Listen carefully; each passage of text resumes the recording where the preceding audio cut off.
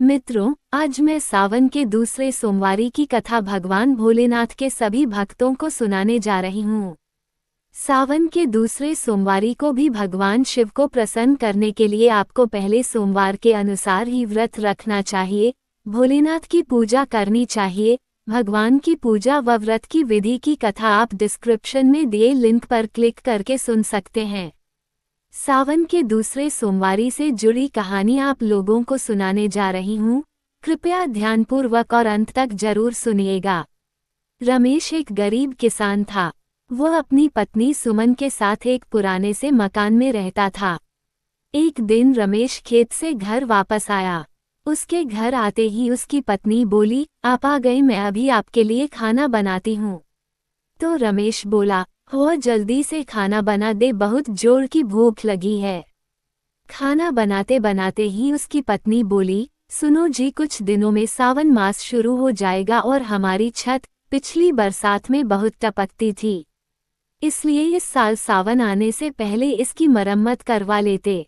रमेश बोला, हाँ सोच तो मैं भी रहा था, ठीक है, मैं कल जमींदार से बात करता हूँ। अगले दिन रमेश जमींदार के पास जाता है। जमींदार के सामने हाथ जोड़ते हुए प्रार्थना की मुद्रा में रमेश बोला, सेठ जी मुझे कुछ रुपये उधार दे दीजिए, फसल कटते ही चुका दूंगा।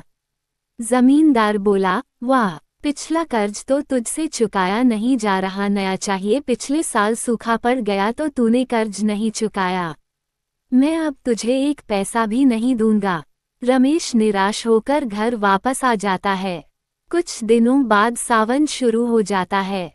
सावन के पहले सोमवार के दिन रमेश और कविता भगवान शिव के मंदिर जाने के लिए तैयार हो रहे थे, तभी बहुत तेज बारिश शुरू होता जी है। कविता बोली, हे भगवान, बारिश शुरू हो गई, अब हम मंदिर कैसे जाएंगे? रमेश बोला, थोड़ा इंतजार कर लेते हैं, शायद कुछ देर में बंद हो जाए। काफी समय बीत जाने के बाद भी बारिश बंद नहीं हुई। उनके घर की छत टपकने लगती है। रमेश बोला, लगता है आज भगवान भोलेनाथ भी हमारी परीक्षा ले रहे हैं। तू ऐसा कर, घर में ही मिट्टी का शिवलिंग बना ले, उसी पर बेलपत्र और दूध चढ़ाकर पूजा कर लेते हैं। इस पर कविता बोली, लेकिन वह तो बह जाएगा। वे दोनों सोच विचार कर ही रहे थे, तभी उनके दरवाजे पर किसी ने दस्तक दी। रमेश ने दरवाजा खोला। बाहर एक साधु और साध्वी खड़े थे। रमेश ने उन्हें प्रणाम किया।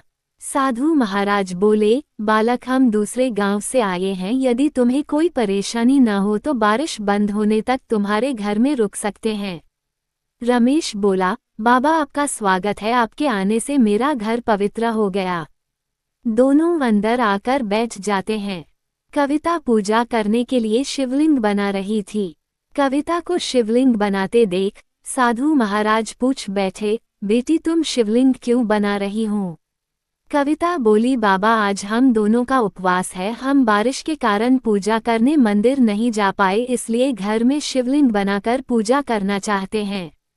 उसके इतना कहते ही साध्वी बोल उठी, लेकिन बेटा तुम्हारे तो पूरे घर में पानी टपक रहा है, फिर पूजा में ध्यान कैसे लगा सकोगे? यहाँ तो बैठने की भी जगह नहीं है।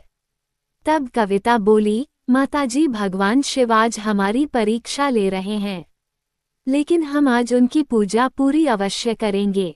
कविता और रमेश पूजा करने बैठ जाते हैं। पूजा करते समय जैसे ही रमेश शिवलिंग पर फल चढ़ाने के लिए हाथ आगे बढ़ाता है, उसी समय साधु महाराज कहते हैं, हमें बहुत भूख लगी है, पहले हमें भोजन दो। घर में कुछ नहीं था, इसलिए रमेश वह फल साधु बाबा को दे देता है।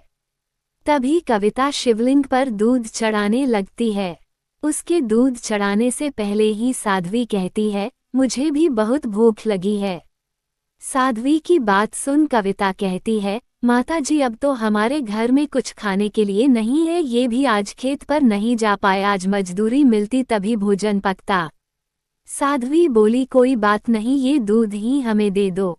कविता वह दूध उन्हें दे देती है। साध्वी बोली, अब हम रात्रि में तुम्हारे घर विश्राम करेंगे, लेकिन यहाँ तो सोने की जगह नहीं है।